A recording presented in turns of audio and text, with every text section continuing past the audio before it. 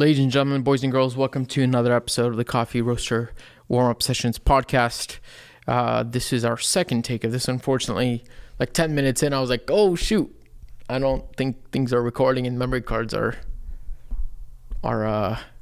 corrupting or buffering out. So anyways, yeah. So this is, probably one of my favorite weeks of the year, little between Christmas and New Year's. Just feels like a great time of the year where it's like you're not working, but you are, and you're in this like midway zone of who knows between what, and then great time for some introspection, some goal setting. Yeah. So, it's basically purgatory. Yeah, that's why I like it. And you're right, because that's why I don't. Yeah. Like, it's kind of that liminal space where like, do I move on into the new year already? Because I have, schedules, plans, and then you're like, nope, can't. Right. Yeah. Please let me go. Yeah. Yeah. So, but another episode, we're doing misconceptions on coffee. This time we're doing it on roasting. So if you haven't watched the last two episodes, misconceptions about espresso, filter brewing, go check those out. But yeah, we're going to dive into all things, kind of some misconceptions about roasting. But that being said, because it's our second time recording this, two. We already drank all the batchy. Yeah. So I'm sorry, there is no batchy pouring and no sipping. But anyways, we were drinking a washed Ethiopian. Yeah. I don't know. What were your thoughts on it? Because I've already had a cup and we've talked about this already and processed it. I think what I like about this coffee is the fact that it's just crispy. Yeah. That was the main thing. And it cooled very well. It cooled really nice, especially drinking it right now. It just mellows out, becomes juicier, becomes round, in a good way, not like round as in like caramely, just like holistic. It becomes very, very nice. I like it. I like it a lot. But I still would agree with what we said earlier, is that I wouldn't say this is like a bonkers coffee. Yeah. This coffee is nice. It's drinkable. It could be a daily driver for some. Yeah. Maybe not for me, but for some. Yeah. But then at the end of the day, it's also like, it's not insanely punchy. Yeah. Yeah. I was going to say that I wish we were able to kind of pull more out of it, and maybe it's just a batch brew, Yeah. I don't know. That could be a part of it, but I wish I could get more out of it. It did taste a bit under extracted. Yeah. Yeah. Just maybe like a hair. Yeah, exactly. But it's still has like, I was picking up some nectarine, peach, a little bit of florals. As it cooled, towards the bottom of the carafe, kind of tasted a little, I think a little better. It kind of opened up a little bit. Yeah, totally. But other than that, it's like an easy drinker. I wouldn't necessarily say it's bonkers as well. And so it's a washed Ethiopian roasted by Ilsa. It's from Sidama. I think a really classic Ethiopian flavor profile. Yeah. So and you said it's a washed. Yeah. Speaking of roasting, I think it's fairly well roasted. Probably say it's more on the lighter side of the spectrum. Yep. It definitely has that airiness, the lightness, and the body's not overly thick and big. Yeah. It's nice and kind of crisp, juicy, kind of acidity forward. But also not like super wild on the acidity. I wouldn't say. So yeah. And speaking of, I'm assuming, again, I haven't measured this or anything, but I'm assuming this kind of, like I said, like on the lighter side of the light spectrum. Yeah. Which, the color reading wise, I think there's been a misconception around that over the years that we've kind of drifted to or evolved out of. Because I think at one point what we thought was light felt like, people, I think for a long time, the SCA with its like Agtron readings was like, hey, this is what we would consider dark roast. This is what we would consider light roast. Yeah. And all of a sudden over the last 5, 6, 7, 8 years, that's changed so much with the introduction of, better grinders, like filter 3.0, turbo shots, like all this evolution of technology practices. And then plus, technologies and practices really that have been able to empower us to brew these coffees and not let them taste as bad as maybe they were used to be known to taste. And so that's been an interesting evolution. So and that also reminds me of the fact that on boxes now, for many folks, when they're purchasing coffee, they're no longer looking for the bubbles that, dictate, is this light roast, is this dark roast, or the sliders, the scale from light to dark. Now, a lot of the times we kind of gravitate towards the label filter, but it kind of means the same thing, right? Right. Or we tend to associate that espresso coffee is quote unquote more developed.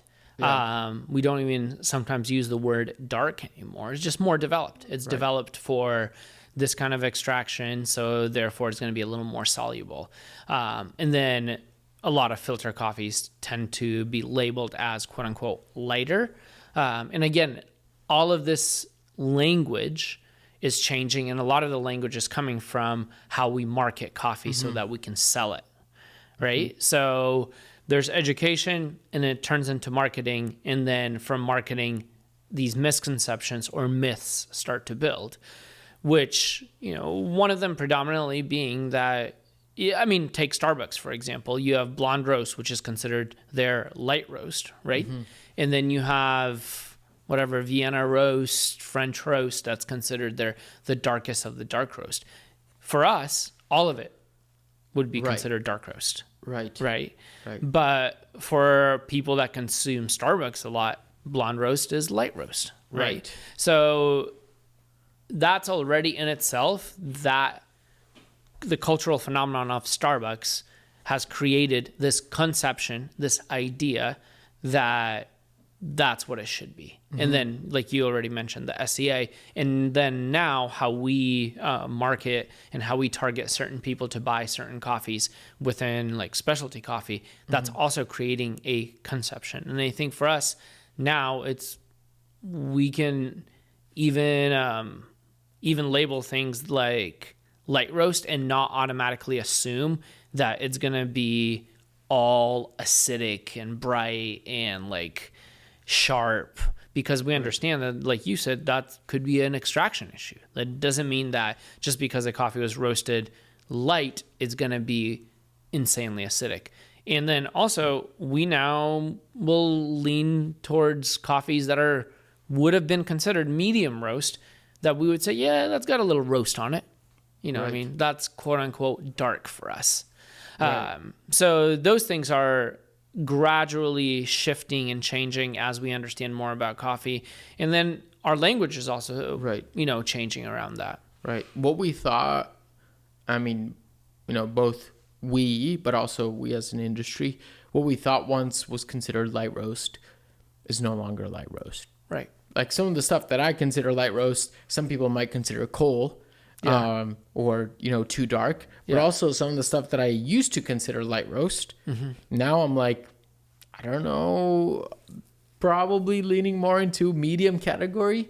Even though the Agtron readings and whatever the SCA standard has labeled it as, has its own almost a definition to it, where my taste buds might be like, even though that's considered a light roast, I can't call that a light roast. That's probably more medium. And then, same with like the stuff that, something I might call medium, somebody else might call light.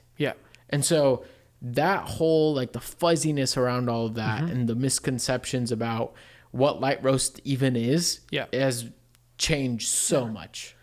It's like, it's even, it's hard to quantify. Like, and it's, talking with some people, it's interesting because a lot of things are labeled as light roast, but some people want something that's more on the lighter side of the spectrum versus things on the darker side of the light roast spectrum. So it's even hard to even put words to like no longer does saying, hey, somebody roasts light is it a definition. You almost have to compare them to light, others. like who? Who? Light, exactly. who? That's an interesting. That's just been interesting that it's kind of shattered a lot of conceptions around what we think is considered certain things. And and it's been an interesting, like, over the last 5, 6, 7, 8 years, interesting to see people just roasting outside of the box, roasting outside of what the norms are, doing weird stuff with their coffee that before was like, I don't know if I'd, that was looked down upon and spoken of as being like completely outlawed. Now it was like interesting, you know? So, but anyways, so everything kind of, a lot of things around color reading. What's the second thing on the list right here? I think with that, when it comes to, if we dive, that's kind of broad, but if we dive deep into misconceptions around actually turning the coffee from green to brown, I think the biggest one, the major one, is the whole DTR, right? The 20% DTR thing. Like that, at least when I did the training through the SCA for roasting, it was like 20% DTR was the golden rule, right? It's like extracting espresso, 20 in, 40 out, the 1 to 2 classic. Like, so 20% DTR was also considered, well, if your coffee hits 20%, most likely it's going to be tasty, or it's going to hit the parameters that you want for perfect caramelization, right? Because then your Maillard reaction, all of those reactions just lined up just perfect. 20% DTR, tasty equals tasty coffee. And that has not been the case, even though both you and I came from that kind of teaching, quote unquote. The more we've roasted coffees, like we've hit, I don't know, a lot of roasts now. And the more we've cupped those coffees, the more we've realized that sometimes that whole DTR metric is nothing more than just a quality control metric. And it doesn't dictate, again, good flavors, bad flavors. It doesn't always dictate, even this might be a controversial, and correct me if I'm wrong, it doesn't always develop properly or improperly developed. Right. But it helps us keep track and understand how to develop this coffee, or how to properly roast this coffee. And then again, the whole idea that, development starts after crack is not true. Your coffee is being developed as soon as it hits the drum, and even a little bit as it's coming out of the drum, because it's cooling, and it has to cool very quick, so that roasting process is halted. But it's being developed the whole time. And just looking at that post-crack doesn't really tell you much, or tells you a lot, but not enough. I think it tells you, I think, something in context of your roasting system, your roasting approach, the flavor profiles you're going after. Like, it's like, just because something is 12% DTR doesn't automatically mean it's underdeveloped, or won't have perceived sweetness, or won't have much body, or is going to taste grassy. And, like 20% DTR at drop temp of 440 is much, or 12% DTR at a drop temp of 440 will taste much different than at 380 or 390. Right. And there are just other parameters that are worth taking into consideration. So it's even, with all roasting, that's what makes it difficult to just, share data of like, hey, these are my numbers. It's like, well, okay, so what? And, just because you are getting a 15, 16, 17, 18, 19, 20%, that also might not, depends, but may not hint that you're roasting dark roast. All of a sudden. And so, there's, those things are, I'm starting to realize, like, the more that we cup, the more that we do quality control, the different coffees that we roast, the different styles and approaches, I'm starting to realize a lot of those numbers are a lot more flexible than we may think. Or very subjective. Right. Very subjective. Yes. And so, even some of our, recent coffees, sometimes it's like, when we're dialing in the Wilder Lasso, the Choroso, and I was like, seeing the parameters, and I was like, oh my God, I don't know. It's just probably won't taste good. And then going to the cupping table and tasting it and being like, oh, okay. Exactly. That was not what the numbers at face value told me. And it's like, okay, might not be that bad. Yeah. So, I mean, and very similar. I think this rides kind of on the back of, the light. I was just thinking the whole color spectrum. Yeah, exactly. So, and because we're talking about especially when we're talking about DTR and the 20% DTR rule, we're talking about what happens at the latter end of the roast. The other misconception also is this idea that, hey, we just roast according to time, right? Or we just roast according to timing, making sure that all of the phases are in within seconds, like this. And that's like ultimately, like that's the one camp of how we roast. And then classic, the other camp of how we roast is, oh, we just roast according to ROR. And that both of those camps are at opposition in the roasting approach. When I think for me, what I've noticed is like, especially after roasting for a while, I'm like, they're very simultaneous. Like your rate of rise is actually time, right? And the length of the roast isn't going to dictate, again, good or bad in the same way. Just because your DTR is 20% isn't going to dictate good or bad. Yeah. So within that, there's also a lot of these ideas that just because you roast according to time, you don't have a declining ROR, which also isn't true. Which I was going to say, define what you mean by roasting by ROR versus time. Yeah. Time is obvious by time.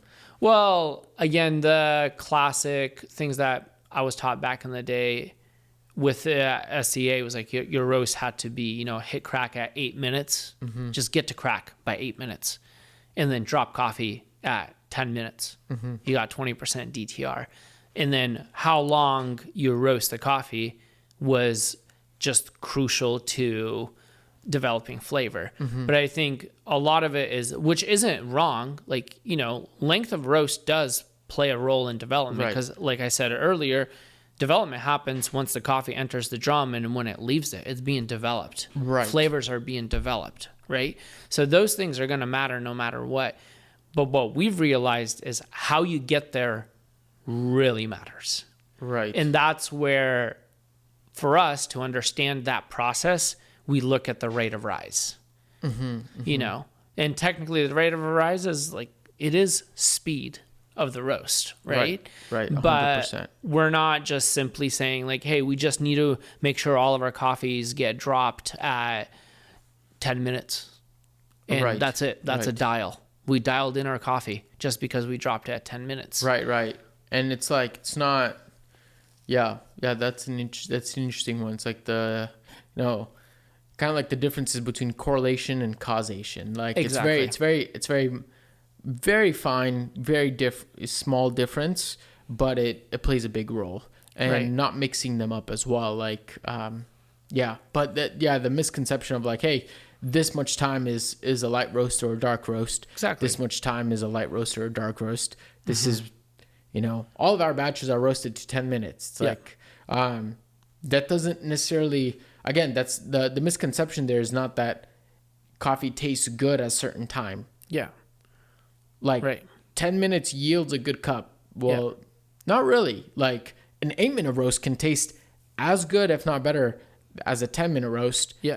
And an 11-minute roast might taste just as good. Yeah. And better than a 9-minute roast or an 8-minute roast. So it's not as just universal as throwing out numbers, which I think a lot of people resort to. Right. I think there's a few different variables and data points at play simultaneously happening, such as like your rate of rise. Yeah. Like how you go into crack at what rate of rise will change your overall roast time, but then also will also change how your coffee tastes at specific times. But then if you, like, for example, like if you go high into ROR and go low short versus low into ROR and same time. Right. You're getting very different flavor profiles out of the same time parameters. And so now it's just like a balance of like DTR. Now it's a balance of rate of rise, where you're going into first crack. What's your power looking like after first crack? Yep. When are you dropping? Yeah. Like the time. Yeah, that's what I was going to say. We're also not talking about the bookends of the roast, the start temp and the drop temp. Yeah. The charge temp and the drop temp, like those are also going to determine what the length of roast and how you get there and your batch size. Right. You know what I mean? There's just so many factors at play that it's also really, really challenging to say just because you roast according to an idea that just measures or predominantly looks at time as a quality control metric. Right. Therefore, those ideologies will yield bad cups of coffees. Or just because you roast according to this other ideal, you're going to have amazing coffees. Right. Both can produce very bad coffees. And we've seen both roasts. 100%. We've had very nice declining RORs and declining rate of rise and beautiful curves, and everything looks on paper like, screenshot and frame, and the coffee just tasted awful. Right. So those kind of things, like, it's really hard. When you read Reddit threads or Facebook, groups, some of the things you read on there can be like so deceiving by just saying like, oh, if you do this, you'll have a good, that's not true. Like, there's so many things at play there. So, and just because you're in a certain camp doesn't say that you can't produce a good cup of coffee. 100%. And a lot of it has to do, again, how we track data now. With things like Cropster, I think Cropster has helped debunk so many myths around coffee or around roasting coffee, because it's just data. There's just data. That's it. It's not out there to judge your coffee. It's out there for you to understand what happened in the process. Right. And, Cropster is the true and real no judgment zone. It's just data, and a lot of it is just math. It's temperature changing over a course of time, and you have to start somewhere and you have to end somewhere. Pick your own adventure. Exactly. Yeah, 100%. And then, I think where things do kind of start to matter is when you start thinking about, what works in your closed system. Like now, like when we're roasting, and if you give me, a curve or some parameters, I can start to gauge of like, hey, without cupping, I think we would probably lean towards one thing, or hey, we probably need to shorten this up, or hey, we probably need to extend something, or hey, that's not looking right to me. And that's simply because we've just done, thousands of roasts. And we've been able to learn and gauge how our system works, how our machine works. If we're looking for something a little on the lighter end, probably won't work with these parameters. Where,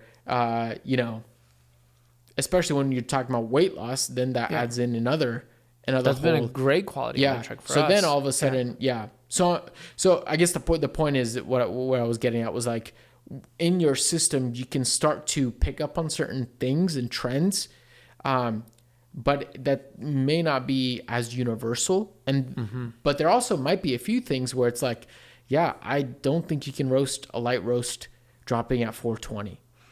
I'm sorry, especially in our machine, and probably most probably I don't know what you kind of mental gymnastics you're doing. Unless you go back to our first thing was like, unless your definition of color is 100% is a light roast, 100%. So all those things are important. But any final words? Any final thoughts? I think roasting, out of all of these, roasting is probably the most challenging thing, because there's a lot of misconceptions, but those misconceptions really depend on, one, what coffees you drink and like, what I mean, the flavor profiles you prefer, And then also simply like marketing, Yeah. A lot of it has to do with how we market coffee out in stores, retail, websites.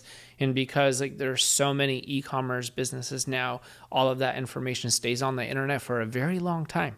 Yeah. So therefore if someone picks up an article, by, I don't know, Cafe Imports, so that's an importing company, or, a old article by some roasting company that talks about time and talks about color and talks about 20% DTR and doesn't date that article. And you might be like, see, I told you this one source said it's this. So I think this is one of those episodes that one for me was quite challenging to even process and be like, is that a misconception or is that just really you and I have changed our mind on things? Right. Because we have over the last 4 or 5 years. We've changed our mind or not. And also like we've also stuck to the guns on a lot of things.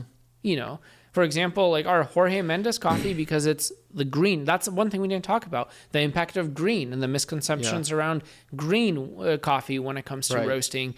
Whether you charge it at a certain degree, you pull the coffee out, or that there's a lot of misconceptions in that area as well. And I would say because we've roasted Jorge Mendes's coffee so many times, like you and I have less misconceptions about how to approach that coffee and how to roast that coffee.